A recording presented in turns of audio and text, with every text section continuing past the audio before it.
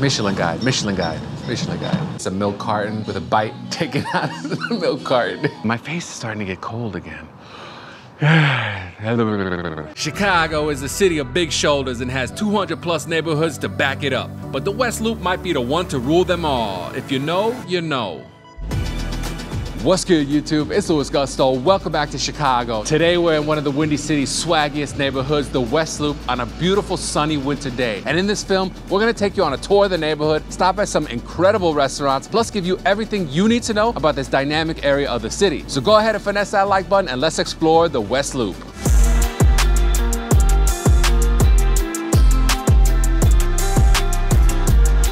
So what is the West Loop? Well, that's a question that's gonna get you different responses depending on whom you talk to. First of all, it lies immediately west of the Loop, hence the name. I would basically call it a mega neighborhood consisting of mini neighborhoods all inside an official community area, the near West Side. There are no proper boundaries for the West Loop neighborhood, which by the way is a relatively new name, especially compared with older neighborhoods like Hyde Park, Edgewater, and Gold Coast. As of this filming, let's call the borders Grand on the north, the Chicago River on the east, 290 on the south, and Ashland on the west. The thing about it is though, the West Loop keeps growing and may someday include the area around the United Center. Little Italy, Tri-Taylor, Illinois Medical District, and University Village are some of the surrounding neighborhoods.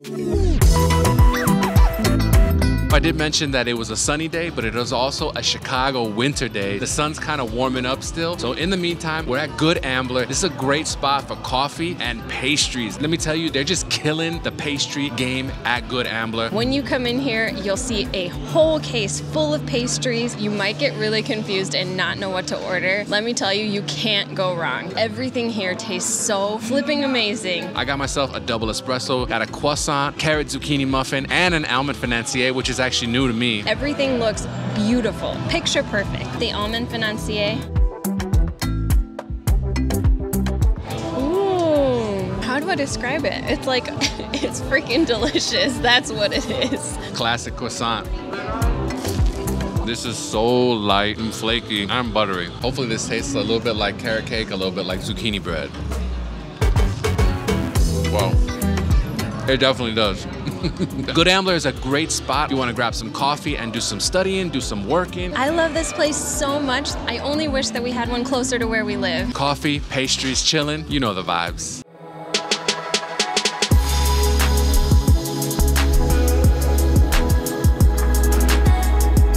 To get to the West Loop, take the CTA green or pink line to the Morgan stop, a newly renovated station, by the way. You can also get off at Clinton or Ashland, and buses that serve the West Loop include 8, 9, 20, and 126. Avoid driving to the West Loop. This is not a neighborhood that is built for cars. Always use public transportation or a bike.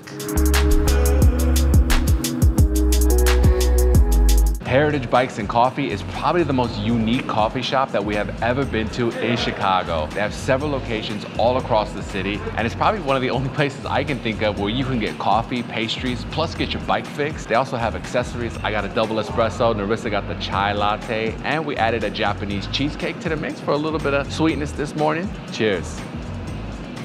You know I love that espresso. So if you're in the West Loop and you have a bicycle that needs any kind of maintenance, tune-up, and you want coffee and pastries at the same time, Heritage Bikes and Coffee has you covered. Can you smell the cinnamon? It's beautiful. This is a nice and open space with a lot of natural light coming in. Definitely a unique ambiance. Cheers.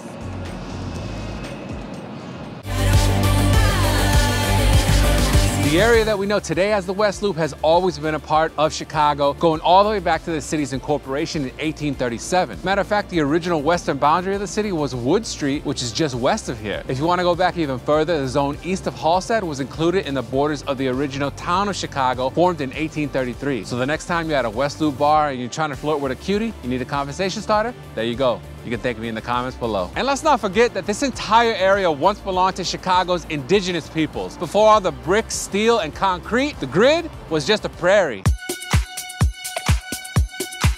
Mary Bartlemy Park is one of the city's newest, a 3-acre contemporary urban green space, named for Mary Bartlemy, the first woman judge in Illinois state history. She was born nearby at Fulton and Halstead in 1866. To say that the West Loop is just a former meatpacking district is doing its story a little bit of a disservice. The near west side served as landing spot for newly arrived European immigrants like Italian, Irish, and Greek. The area around Union Park was once home to some of the wealthiest Chicagoans, and this neighborhood was the site of the Haymarket tragedy, the culmination of a historic revolution that helped workers get an 8-hour workday. Up until a couple of decades ago, this was the home of Harpo Studios, but despite the presence of media in the West Loop in general, for many years, it was highly industrial. The Fulton Market District is that former meatpacking district that lies within the West Loop. It's actually short for the Fulton Randolph Market District, and in 2015 was designated a Chicago landmark.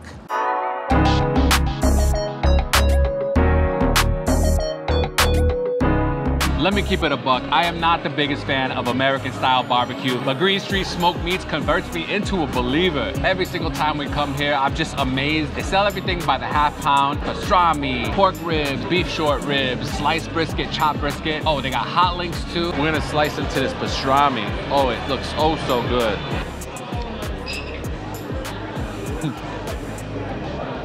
I mean, it's just a whole vibe over here. This is gonna be among the best meat you can get in the entire city of Chicago. It's really appropriate for this part of the city. All right, I'm gonna cut into some of this sliced brisket. It looks so amazing, so tender. These meats are smoked for hours upon hours. Dip it in the vinegar sauce. When you think it couldn't get better, it did. That meat essentially melts in your mouth. It's such a good brisket. Let's try some of the sides. Over here we got the potato salad, looking nice and creamy, chunky. Where's the pickled vegetables? We ordered a literal tray of meat right here, and I am psyched. Last time we were here, we ordered pastrami, and we let Rowdy have a piece. He ate it in 0.5 seconds. I'm gonna try a piece of the pastrami. I was excited about this one because we loved it so much last time. Holy cow. The staff is super friendly. They opened up the smoker and let us take pictures in there. Get yourself some different combos of meat, get yourself some sides, throw it all together. Got a lot of sides. Green Street Smoked Meat is a Central Texas inspired barbecue joint in this old building that I'm assuming was some sort of meat packing warehouse back in the day. If you've ever wondered why a street as old as Randolph is so wide, you know, because back in the day, city streets were just wide enough for horses and buggies to get through. Well, this was the site of an open air market, meat, produce, whatever. And there was once even a building here in the middle of Randolph called the West Market Hall, built in 1850. Union Park is the West Loop's largest park. It's also one of the city's oldest, established in 1853. It's named after the Union cause, and I know it's kind of weird to associate the Civil War with Chicago, but actually if you do some digging, you're gonna find references like this all over town. It was created after wealthy residents of the fashionable near West Side lobbied the city for some green space, and you know, rich people usually get what they want. Today it's home to several music festivals, including Pitchfork. Sawada Coffee is hands down one of the best places for coffee and tea in the West Loop. It's actually the first US-based coffee shop for world-renowned barista Hiroshi Sawada. I got myself the matcha latte with macadamia nut milk. Must be a great matcha latte if I'm getting this instead of coffee. Cheers.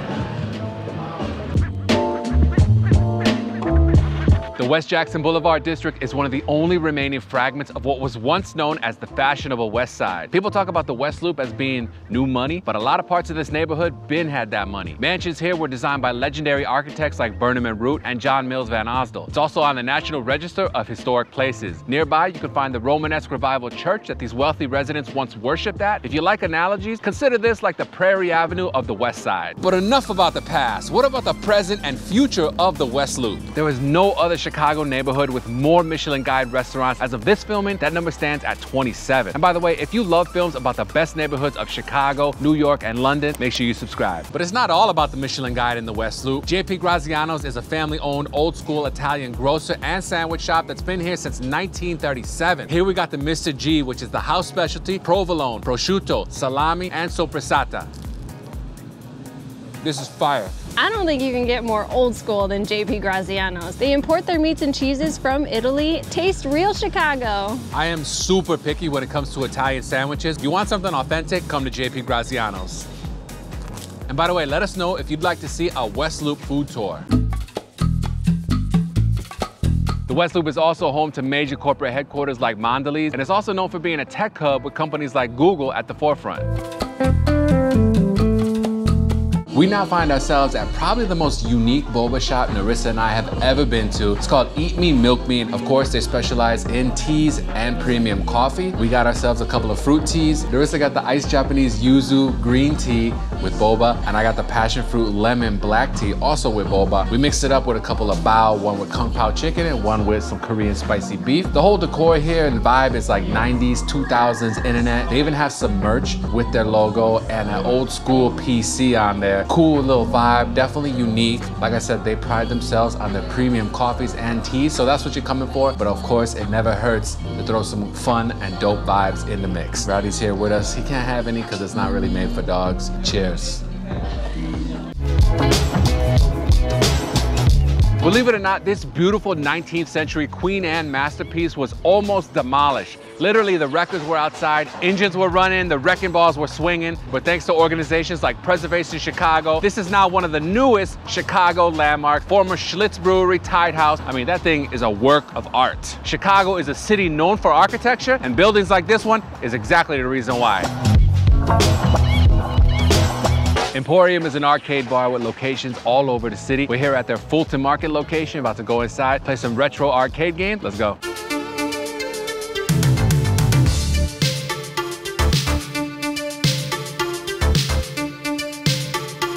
No visit to the West Loop is complete without viewing some street art. You can find murals from Chicago's top street artists all over this neighborhood, including Scent Rock.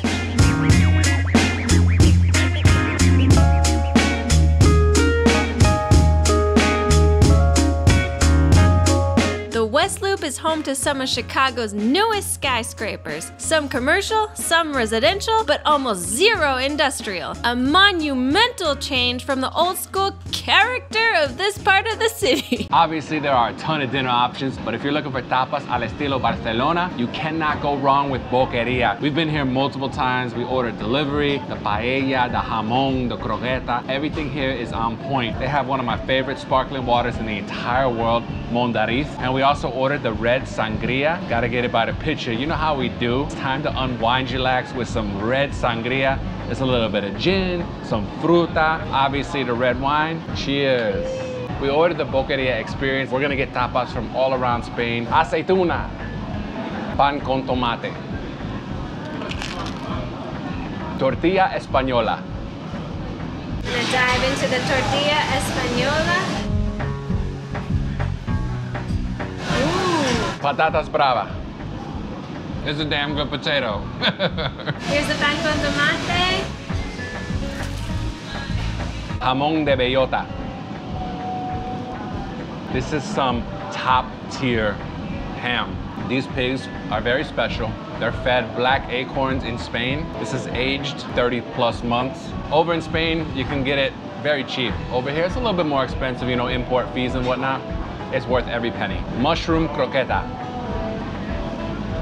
That is a perfect croqueta, everything you want. Crispy, nice and creamy on the inside. For all my vegetarian heads out there, that is a perfect option. Dátil con bacon. Croqueta de jamón. That is very hammy. Gambas. Pinchos morunos. Lamb skewers with onions and an incredible salsa verde. Paella de marisco. Churros con chocolate. We're ending this incredible dinner at Boqueria with some churros con chocolate. The Hoxton is a 4-star dog-friendly hotel in the West Loop and one of the Chicago hotels that I personally recommend. Narissa and I are just kicking back with a couple of drinks, listening to some dope music, and watching the L train go by. Cheers.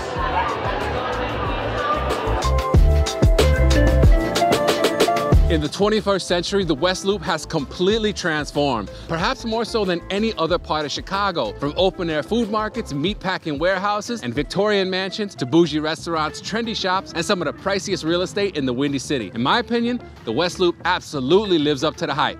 Peace and blessings.